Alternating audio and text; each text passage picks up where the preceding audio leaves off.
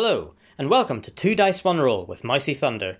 In today's unboxing, we're going to be looking at a very special game. The #1 funded game on Kickstarter.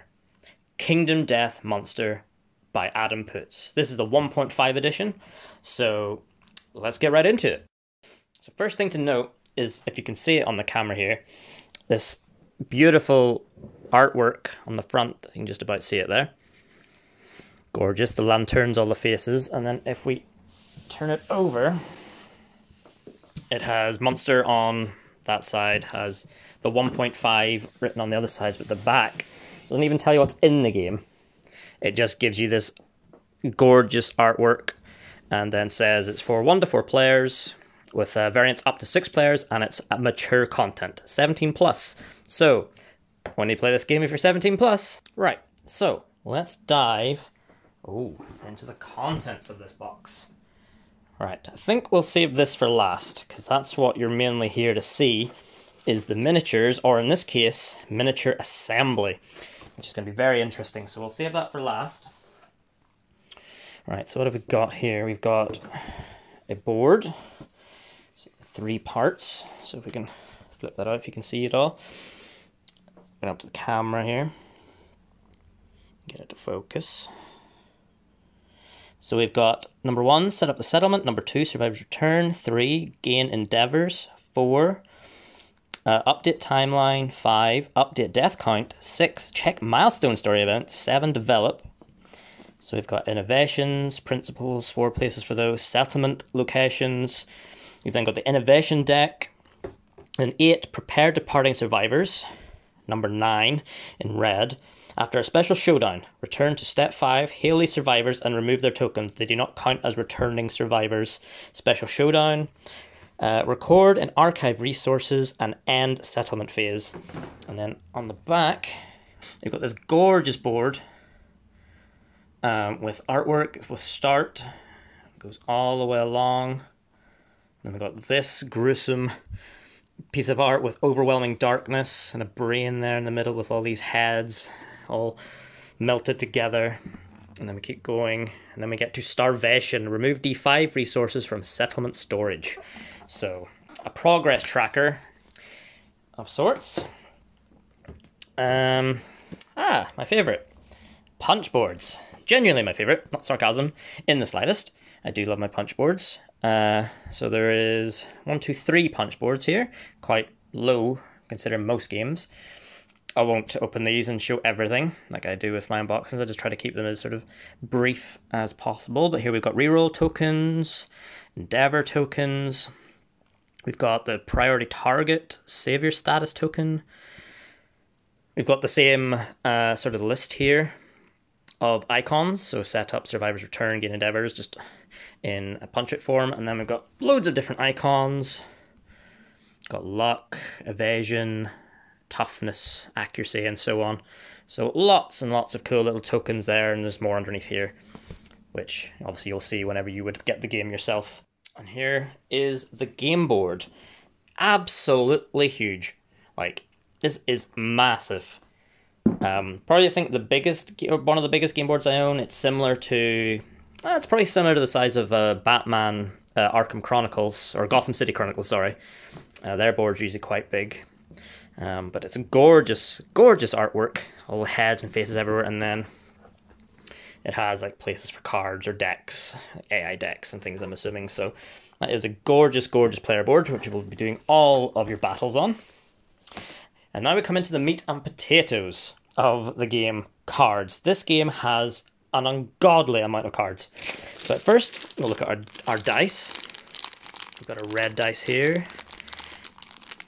D10, I got another D10, they're all D10s, and then some D6s, but they're special dice. So lovely, lovely, lovely dice.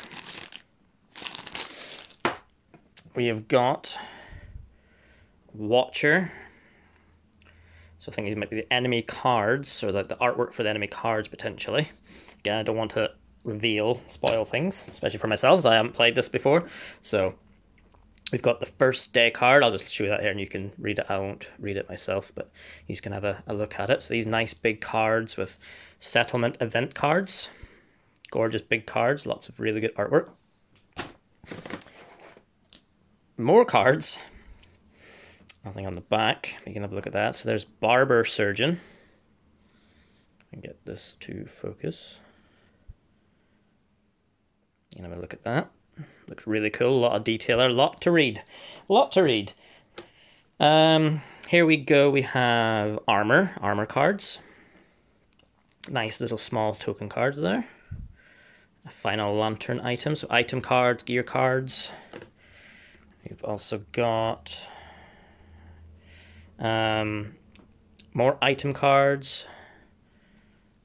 These are stone circle, gee, whatever that means. So there's a lot to unpack here. And then we've got more weapons. The King's Spear. Got the King's Spear, which looks really cool. Skinnery. So lots of cool little item cards. And the cool thing about this tray so far that I've noticed is that and from when I was on the website and stuff as well, it's all laid out and organized for you to set all of your cards. So all your cards can literally be neatly set in here. So you can just literally have this to the side and pull the cards you need, which is really, really good. For a game that has a lot of cards, you're definitely going to want to have storage. And it's good that they thought of that ahead of time, because there's just going to be a plethora of cards everywhere. This is rare gear, as you can see by the top. If I can get it focus. Focus, please. Oh, keep knocking my camera.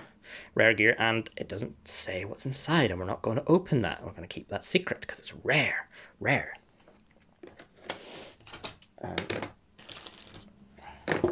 Back. So here we've got our character sheets. Lots and lots and lots of character sheets, so you can have multiple characters, live, die, multiple new games. You've got survival, brain, head, armor slots, weapon proficiency. Just basically your just RPG D&D-esque character sheet. We've got a Survivor's Act. I don't quite know what this is, so we'll have to figure that out in the game. But again, you can see that we get one of these. Survivor's Act in the game. We then get a settlement sheet. Are these all the same underneath? I'm assuming they probably are. Yep. A big page of settlement sheets. So this is to keep track of your settlement and probably to like save your game. There's like death counts. This is where you would like save your game, write down everything you've done so far, you've unlocked or upgraded or whatever. So here's the rulebook. Again, keeping with the theme, just everything being dark and black and death sort of related. And the first page there, just some more gorgeous artwork.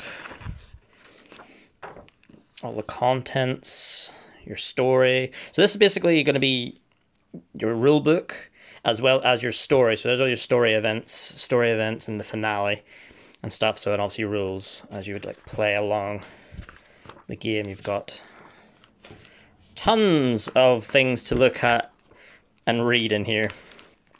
Tons of stuff. Even comes with a wee page marker, which is cool to know where you got to. So I'll just show you this as well. This is like just gorgeous, disgusting and horrible artwork, but amazing at the same time. So that's going to be a joy to read and flick through. So that's the rule book and the event book, essentially. And then we've got these big stack of cards. So we've got the AI deck, Watchers. This is probably all your AI cards and how you control them and what they do in battle.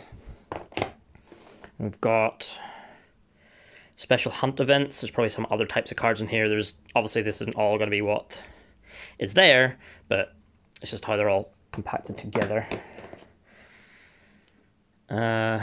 More cards, Butcher, so loads and loads of cards. You can see there's like different colored cards there, all the gradients. More cards here. Record, Archive, King Step, Secret Fighting Arts, Fighting Arts, Disorders. So there is tons and tons and tons of cards in this game, and it's going to be fun having to read them all and figure out what each of them do. So yeah, and as you can see, there's more slots here to put tokens and other things, and same with all these cards.